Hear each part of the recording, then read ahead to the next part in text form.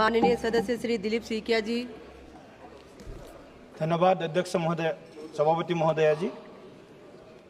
जयतु भारतम जयतु संस्कृतम, विकास भी विरासत भी।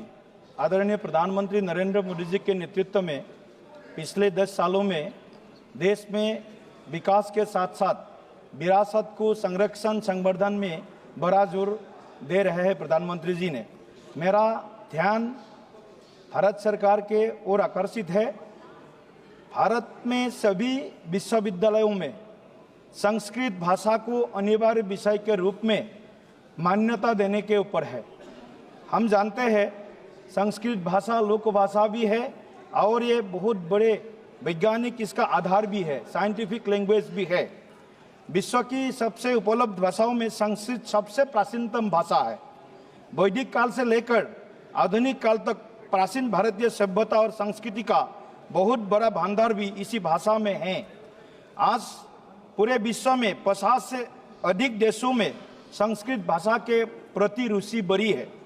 अमेरिका, ब्रिटेन, जापान, चीन, जर्मनी, ऑस्ट्रेलिया, न्यूजीलैंड, नीदरलैंड समेत ऐसे कई देशों में संस्कृत को अपने विश्वविद्यालयों में एक भाषा के रूप में पढ़ाया जा रहा है।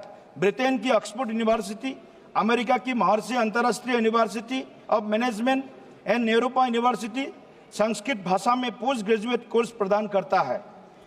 इंदिरा गांधी राष्ट्रीय मुक्त विश्वविद्यालय इग्नू में भी हाल ही में संस्कृत से सर्टिफिकेट कोर्स शुरू किया गया है। माननीय प्रधानमंत्री जी का भी आग्रह है, मन की बात में उन्होंने इस विषय को बहुत ही महत्व देकर के बताया है।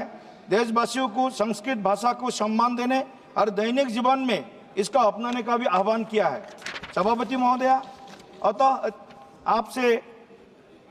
आपसे केंद्र सरकार से मेरा अनुरोध है, नई शिक्षा नीति के अनुसरण करते हुए आने वाले पीढ़ियों को भारतीय सभ्यता और संस्कृति की जानकारी देने के लिए देश के सभी विश्वविद्यालयों में संस्कृत भाषा को एक अनिवार्य विषय के रूप में मान्यता प्रदान करते हुए पाठ्यक्रम में शामिल करने हेतु उचित कार्रवाई करने में श्रम करें।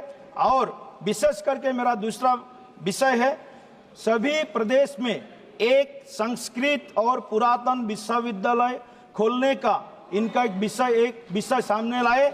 और तीसरा मेरा एक डिमांड है, मेरा क्षेत्र में, मेरा जिला में कुमार भास्कर वर्मा संस्कृत और पुरातन विश्वविद्यालय है, वो स्टेट यूनिवर्सिटी है। इसको केंद्रीय विश्वविद्यालय के रूप में इसको घोषित करने का काम करें। माननीय शिक्षा मंत्री जी आज यहाँ बैठे हुए हैं। मैं माननीय शिक्षा मंत्री जी को विशेष रूप से इस विषय के ऊपर ध्यान आकर्षित करता हूँ। बहुत बहुत धन्यवाद महोदय। नमस्कार।